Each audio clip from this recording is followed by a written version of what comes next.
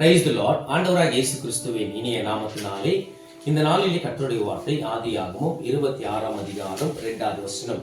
கர்த்தர் அவனுக்கு தரிசனமாகி, நீ எகிப்துக்கு போகாமல் நான் உனக்கு சொல்லும் தேசத்திலே குடியிரு. தேவ பிள்ளையே, கர்த்தர் ஈசாக்கோடு தரிசனத்திலே பேசின வார்த்தை. அந்த வார்த்தை இந்த ஈசாக்கு முதலாவது கீழ்ப்படிந்தான், விசுவாசித்தான், நம்பினான். இன்னைக்கு நம்ம வாழ்க்கையில இயேசுவின் வார்த்தையை நம்புகிறோமா, விசுவாசிக்கிறோமா, கீழ்ப்படுகிறோமா என்று நம்ம யோசித்து பார்க்கலாம்.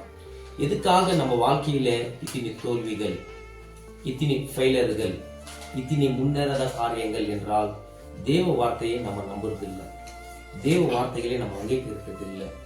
தேவ வார்த்தையை எப்போ நீங்க அங்கீகரிக்கிறீங்களோ, தேவ வார்த்தையை எப்போ நீங்கள் விசுவாசிக்கிறீங்களோ, அப்போதான் தேவ ஆசீர்வாதத்தை நீங்கள் பெற்றுக்கொள்ள முடியும்.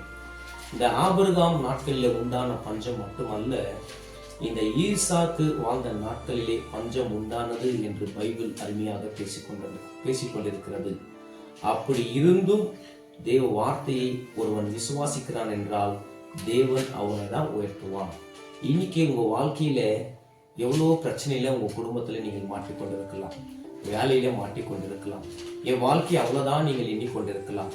ஆனா உங்களை தூக்குகிறவர், உங்களை பலப்படுத்துகிறவர், உங்களுக்கு உதவி செய்கிறவர், உங்களை கரம் பிடித்து நடத்துகிறவர், அவரால் கூடாத காரியம் ஒன்றுமே இல்லை. இன்னைக்கு உங்க வாழ்க்கை இயேசுவின் கரத்துல நீங்கள் ஒப்பு கொடுங்க. ஆண்டவரே, என் வீட்டுல குடும்பத்துல அநேக கஷ்டம், பிரச்சனை, எனக்கு நல்ல வேலை இல்லை, நல்ல வீடு இல்லை, எனக்கு நீங்கள் உதவி செய்யுங்க என்று முழு நிச்சயத்தோடு தேவ சமூகத்துல வந்து காத்திருந்து தேவனோடு கூட பேசுகிற பிள்ளைகளாக நீங்கள் இருந்தால் கண்டிப்பாக உங்களோட வாழ்க்கையில அந்த தரித்திரம் என்ற காரியம் உங்களுக்குள்ள, உங்க குடும்பத்துக்குள்ள இருக்கவே இருக்காது. பிள்ளையே, கர்த்தர் இந்த வார்த்தை மூலியமா உங்களோட பேசுகிற விசுவாசிங்க.